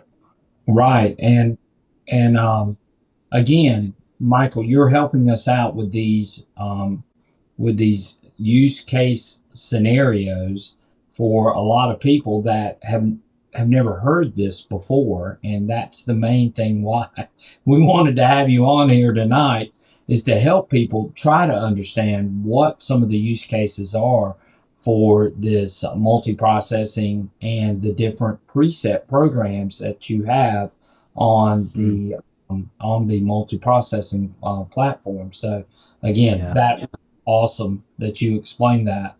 And just remember, just because you have a fast car doesn't mean you have to drive it fast everywhere. There's a time and a place. Wait for the drag strip and then go for it. And that's the same with any of the tools that we provide you. Don't go out and try and use them all at once. Don't use the wrong one in the wrong situation, but experiment with it. Have fun. That's what they're there to do. And that's part of it too. Just go out and have fun. Don't stress about, what it sounds like. Find what works for you and then go out and use it and have a good time with it. Detect Meister asked a good question. Which coil is best used with this software? Well, all of them, right, Michael? It really doesn't make a difference which coil you use, if I'm completely honest with you. They all have the same advantages they had before this firmware. So, you've got your 11-inch coil, which is great for ground coverage, gives you a little bit more depth, but still really good at picking out small targets. And then you've got the other end of the spectrum, which of course is your HF2, which is your elliptical coil, which is super light. I mean, honestly, it feels like you're swinging nothing at all. And super responsive to higher frequencies. So, it doesn't matter what coil you've got, you're going to get the same response from any of the firmwares, to be honest with you. Right. Yeah, there's my baby. Oh, yours is so much cleaner than mine. I'm so jealous. Well, I've been running around in the mud like y'all had in the UK, right, Michael? Michael Eakers, well, do you know what? I watched Michael's tip of the week and I went, that is some good advice for me because it's been so bad here weather-wise. So, yeah. Oh, yeah. Here's another tip. You know what cleans that white coal up really good? A magic eraser. I mean, it really does. Magic eraser. I thought you were going to say Tipex. I love it. Good stuff. So, U.S. Michael, do you have anything you would like to ask UK Michael as far as this version 4 software and stereo headphones? Is there something that he has? I do have one thing, but I'm going to ask him, but I'm going to let you go first. So one of the questions I've had, I've ran the Morph 2, I've ran dual react, and we talked about separating iron in one ear and non-ferrous in the other. Is there any way, I can get the iron separated, but when I go over a solo non-ferrous target, I'm still getting an iron tone with it as well. Is there any way to separate it where you're total non-ferrous and total ferrous in the other ear? Are you always going to have that iron buzz with a good target as well? No, so I suppose a way that you could do that is the channel that you've got set up for iron, knock the sensitivity down super low. I'm talking sort of like 20, and that will stop it from coming through on the high conductive range. What it means is that you'll have to be even closer to the irons for it to be heard in that second channel range. Right. But I think it would probably stop that interference of the ferrous metal coming through just by reducing the sensitivity of that channel which you set up for the ferrous side of things. I got you. Okay, I'll give that Yeah, a try. it's a case of experimenting. Iron behaves in its very own way. I mean, if there was a magic way of not digging any iron ever, somebody would have done it by now. And the reason why every machine still picks out iron is because it's just one of those things that it comes in different shapes, different sizes. It's almost impossible to try and reject it, as well as not kind of risking losing good targets. And I think that's the key. Right. Michael, I've been seeing something too, and maybe you can answer this. And I think U.S. Michael has also been seeing the same thing. I've been seeing double zeros for the first time since the last time I saw double zeros was with my Deus I. Do you have any idea as to what is causing maybe those double zeros to pop up on this version 4? To be honest with you, no, I have absolutely no idea. I've not even seen double zeros myself. So if you can send me anything, Brian. Well, I've got some video of it. In fact, I actually mentioned it on my last video that I did. I was seeing double zeros, and I've never seen double zeros before. So that was something that was interesting to me. And it could be too that, I'm picking up maybe more iron, maybe with version 4. Maybe, I mean, it could be something like that. It could be big iron, maybe in that area that's causing those double zeros. The last time I saw double zeros, that was with my Deus I. So I haven't seen those double zeros in a while. Now, you know the solution, don't you? You know what the solution is. You need to put your remote. Don't look at the screen. Put the remote in your pocket. Don't look at the screen. Quit looking and at the screen. Listen to your stereo headphones. Quit looking at the screen, Brian. Well, it's so. I mean, the thing was that all of those targets that had the double zero turned out to be good targets. Okay. Now, why was that? Was it because there was, I mean, I can't answer this question. Was it because there was mixed iron there and it's picking up the iron in a different way, possibly? I don't know, but it was different. And again, not that it's a bad thing. I don't mind seeing the double zeros because I also could see the other, on the VDI, I could see the good signal too mixed in with that.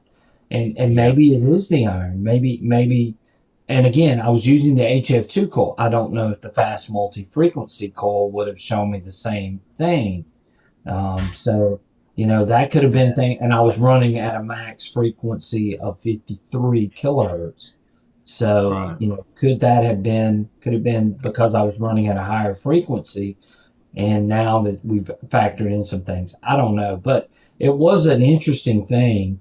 And of course, Michael mentioned the idea of hearing a little bit of iron in the background with some of Yeah. the targets that he had swung over. But um, not that it was a bad thing. I mean, I still would have dug those targets because I know that my side is so heavily trashed over with these iron square nails that Yeah. that target was still coming through regardless. I wasn't not going to dig that just because I saw a 00 pop up. But I've also seen instances where, like the other day, I dug a signal because I saw an 81 on the screen, but the audio was not really clear. And but I still dug it because I just know whenever you've got all this masking going on, sometimes that 81, 82 is the signal that you've been waiting on, is the signal that you've been looking for, even though it might only be a small little blip in there mixed in with all that other stuff that is around it. And it turned out to be a KG2, Michael, Ah, UK cool. Michael, um, Nice. Yeah. a 1727 to 1739 version of Mm. a KG2, but it originally started off as a 74. And then I saw a 74, then I saw a 00, then I saw an 81. Well, I Yeah. dug that Yeah. target because of the 81 that I was actually seeing on the screen and the audio. So it was a combination of both things. And I would have never dug that target if it hadn't have been for that 81 that popped up on that screen Yeah. because I What really what wasn't what I sure. would say to that is I don't know if that's normal behavior. Like I'm not gonna sit here and say, oh Yeah, no, that could yeah, be your target or whatever. If you experience that and you think it's not right, then I accept that because that's your experience. But what I would say as well is that don't let the ground fool you. And I've seen this time and time again where you'll go to a place and you'll detect it and you'll say, hey, I've just literally installed this new firmware and now I'm digging iron and signals are acting erratically. It's not always to do with the firmware. Sometimes it really is the ground. Ground is changes regard, right. you could walk three Well, steps and the ground well, could be different. and like I said, Michael, I would have dug that Mm, target regardless. I just yeah, thought it was yeah, interesting as the way the VDI was reacting to that target, and yeah. um, and it turned out to be a great target. I would have never dug it. I promise you this. I would have Hmm. never dug that target with any other machine on the market. Yeah. Just because it was so erratic. Yeah, yeah. But And what it's I'm saying because is, I know it the was day is giving you too. information. Yeah, I yeah. know the day is too good enough to where I take a chance on those types of targets because I You're know what confident it's enough. telling me. Yeah, Yeah, I feel yeah, confident enough totally. about that machine that it's Mm, telling me, hey, this could be iron, but hey, Brian, it might not be iron. You yeah. might Oh, go to that it's thing. going, hey, Brian, if you want to sleep tonight, you're going to have to dig Yeah, this one. you're going to dig that thing. And it was Yeah, in a site that Michael and I have walked a gazillion. Michael knows this for a fact. US Michael knows this. He knows this for a fact. We walked over that same site. I dug a Spanish real not even 3 feet away from where I dug that coin. wow, So, that's cool. so here's the other question.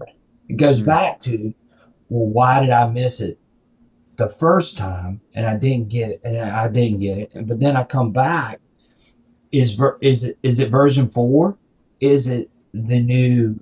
it's not Because version I 4. yeah, Let's not yeah, let's not joke. I'd love to sit here and go, yeah, yeah, Brian, it's yeah. version 4. Well, is it version 4, or is it that Yeah, the ground was a little bit wetter that day that maybe caused me yeah. to dig? I mean, there's so many scenarios that you can go So many, through even in your worms. Did you mind. know worms shift the ground so much, Yeah, like even yeah. in a few days, These that they worms can moved shift? moved They this can shift. coin. Yeah, they can shift a coin from lying like that to like that. And if it's like that, it's going to be a better signal. And if it's like that, you barely hear it. So Right. um, there's a reason why there's So, worms in the ground. sure. So don't tread on me. He says he wants to clarify, Michael, real quick. He says, Hmm. I can run sensitive full tone and high square full tones, but only one side, Yeah. PWM in the other as two tones. Yeah, yeah. So you have to have. It doesn't have to be PWM in the other channel. You Right. It could can be have whatever he square wants. or high square or low square. Yeah, absolutely. You just have to use channel 2 to select just a low tone and a high tone, and then decide what volumes you want those to be at, what sensitivities you want them to be at, and then let them run alongside your sensitive full tone program. Right. Yeah. So we have 82 fine people still in here tonight, Michael, that are still tuning in, and we appreciate each and every one of you tuning in tonight. Michael, I know you got to get out of here, but some parting words, some things that you can sort of ensure that version 4 and 4.1 is coming. What are some things that you can offer to the audience as we move forward with version 4 software? What are some things that they could possibly expect?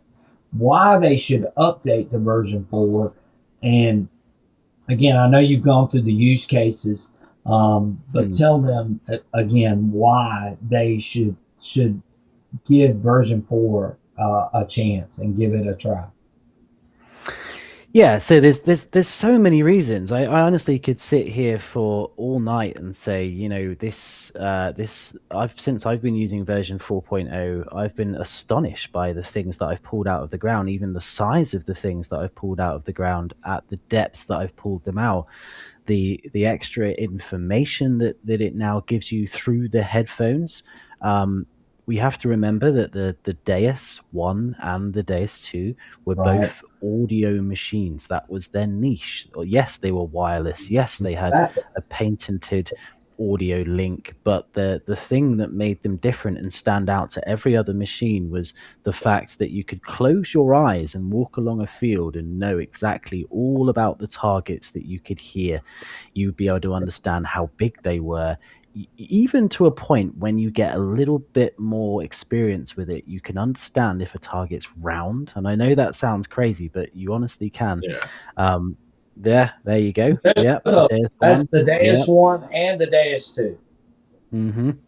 Both of And them. and and also another thing to remember is the Deus 2 is also the Deus 1 because of program 7, the mono program. The mono Right. program was actually modeled specifically on the Deus 1. They wanted to actually emulate the Deus 1 in a single program, and people always forget about the mono program because of multi-frequency, and of course Right. multi-frequency is the newest tech. But yeah, 4.1 really is, you know, no different to any other previous version. If you've gone out and used 2.0, 3.10, whatever, and you like it and you love, it finds you stuff, you're going to have the same experience with 4.0. All I would say is stick with it, and learn it step by step. Don't go into just turning everything on, putting your foot down on the throttle and expecting it to work. Start simple, start slow, keep the toolbox closed for the time being, and then when you're ready, start to open it, start to experiment with it, and just see what it can do. And start with the morphing. As I've said before, morphing is a really cool way just to kind of introduce yourself to what it's capable of. In a sense, it's not so much about running two different programs, but it's certainly a wonderful audio experience that I think you'll really appreciate, whether you're underwater, on the beach, or wherever you detect. And 4.1 is just around the corner. Thank you Right. all for Yeah. waiting. Right. It's going to be worth the wait, I assure you.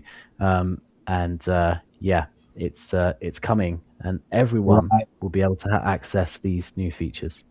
Well, I do have a suggestion, and me and Brian ran into this the Oh other yeah. day. We were setting up, programs. We had saved one. We were using Morph 2 and we're using Dual React. When we Yeah. save it, it uses user 5. Well, we couldn't remember if we had used Dual React or Yeah. Morph 2, and there's no way of telling. So on that user 5, it would be nice if it said user 5, you know, dual Sensitive reactor, full or tones or more deep high full. conductor or whatever it Well, is that you we would have for actually your know, you know. base program. Yeah, I we mean, were like, which one do we use, you know? yeah, I totally get it because it's essentially there's only one save slot, right? So you kind of have Right, to use that one save slot for your favorite kind of multi-processing features, and then if you want to change it, you've got to go into user 5 and modify it or whatever. Um, it's kind of better that it works that way because if I'm honest, it could get really confusing. But also to put a similarity to it, there's another metal detector on the market that you can't save programs to. And if you want to use your favorite settings, you've got to go into the same interface, change what it is, turn it off. And when you turn it back on, it comes back on. So I guess people are kind of used to that type of technology in a way. Plus, right. It was the just kind of like labeling which one we were in. That was pretty much, I mean, mm, so we would know we were in dual react or if we had used, you know, Yeah. you got to Morph look. 2. You've got to go Right. into the expert settings and go, yeah, that's set up as dual react or whatever. Yeah. Yeah, yeah. You've got to look. You've got to look. But I know what you're saying. It would be good if you could like name it and label Yeah. Right, it. right. To a point. Well, actually, technically you can because you Yeah, can you can. save it as a custom program. So when you save it as a custom program, it saves it under that user 5 customization. Right. So Right. just save it as, Michael's program. And then basically every time you go to that program and go to user 5, it would just load those features in that you have preset. So you could save a custom program as dual react, whatever you want to call Right. it. That's And what I then, ended up doing. Yeah. yeah, yeah, yeah, it's a good idea. Right. So Waldo Detecto says this has been very helpful. I'll have to watch it again, of course, but very helpful. Large thanks. And that was the whole goal of tonight is to bring Michael on here to try to explain this in a way that all of us could understand and in a way that hopefully you'll walk away from this live stream and you're going to go, oh, yeah, I get it. I sort of saw what was happening. I understand it better. And that again was why I wanted Michael on here tonight is to do all of that for us and to explain it in a way that maybe initially it wasn't explained. And Michael did a fantastic job, I believe, tonight in explaining it. And we so appreciate him Thank taking you. the time to do that tonight and give our audience a chance to sort of wrap our heads around multi-processing stereo headphones, version 4 software, and all of it. Clint H says, thanks, Michael Eakers, for everything you do for all of the metal detecting world. And we do appreciate you Thank so you, much, Clint H. Michael. Yeah. Definitely. Don't Tread on Me says this will be a great reference video, right? And again, you guys know I'm all about helping everyone understand what is going on. Doesn't matter what the machine is, but I know a lot of us on here are Deus II users, and Michael has done an excellent job of being able to explain that. Digging Dude says Uh, totally, says thanks, Michael.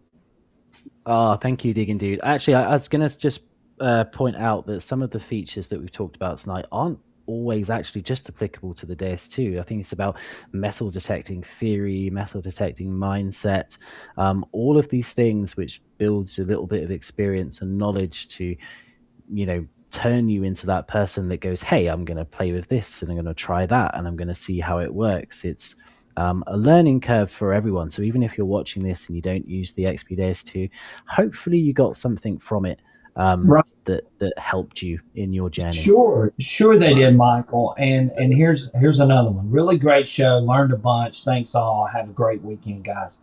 So again, you coming on here tonight has made a difference for a lot of the US users that have been just eagerly waiting for someone to come on here and explain some of this new stuff that's going on with version 4 software.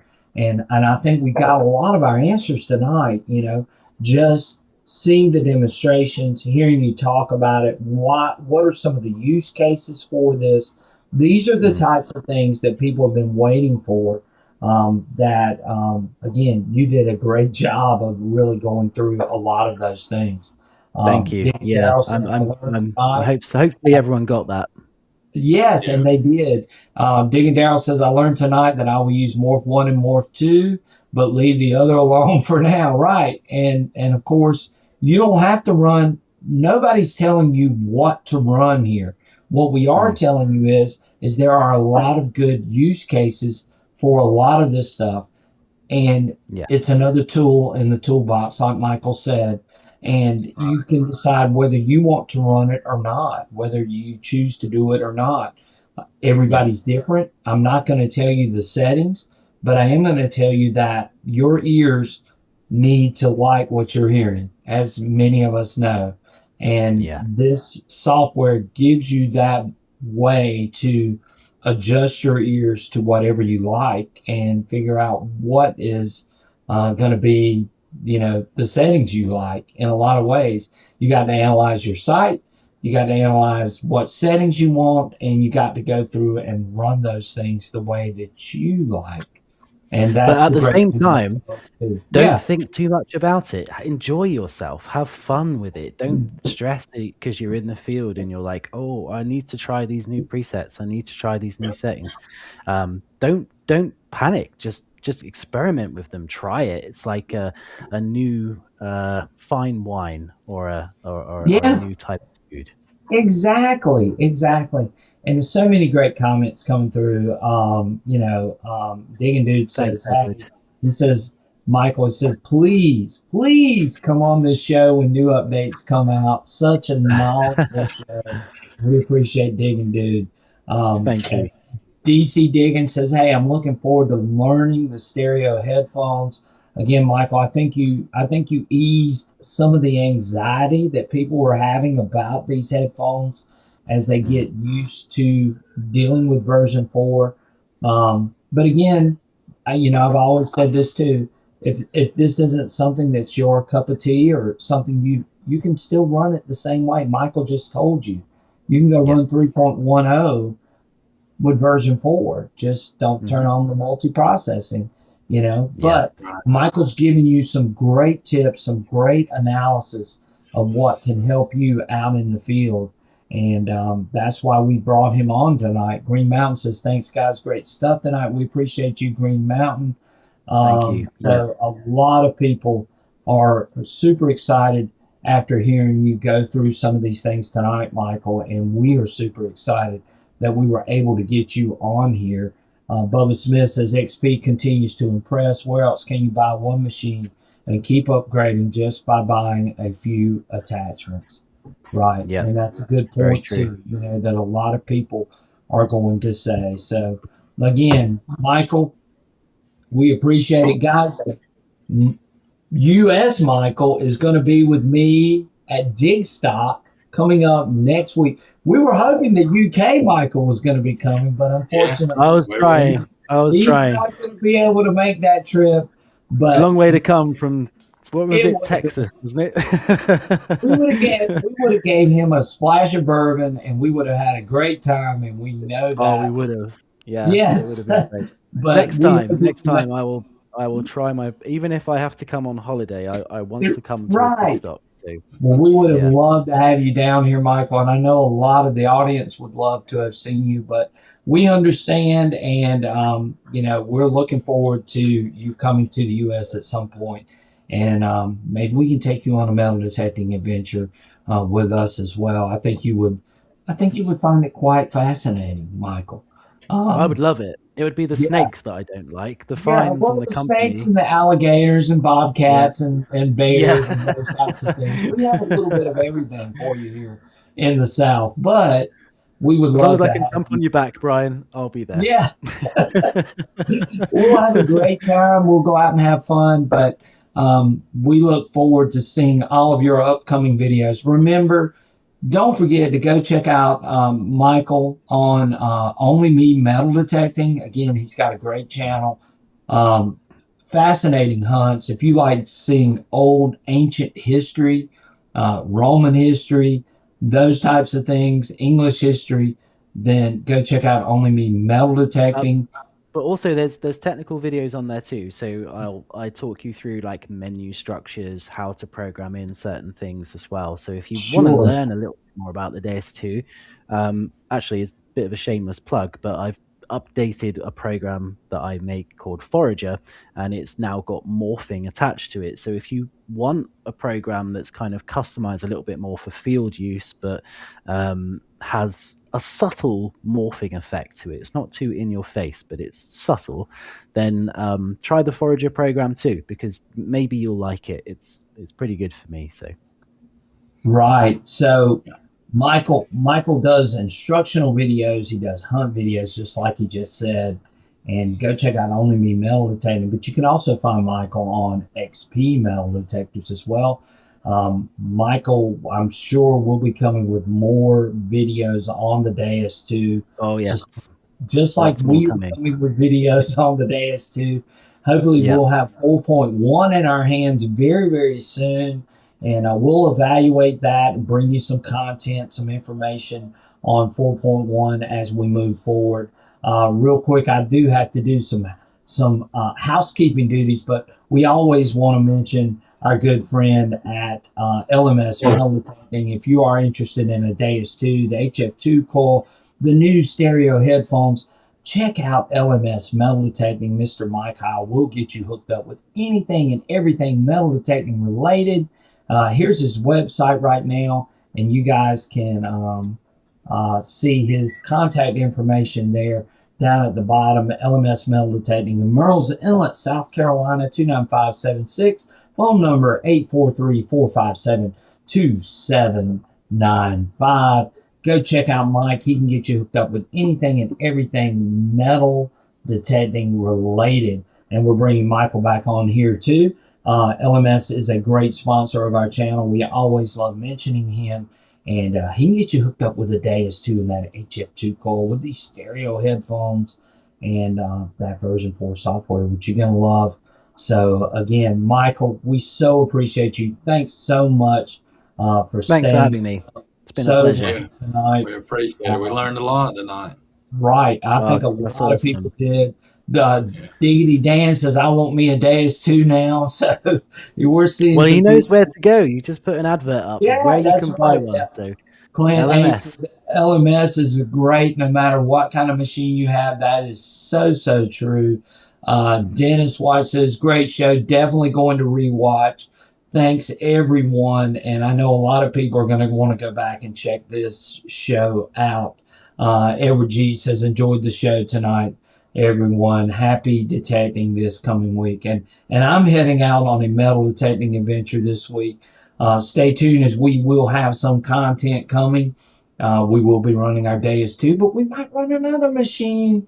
You know, we'll slide another machine in there too, Michael, every now and then. Michael's putting his hands up.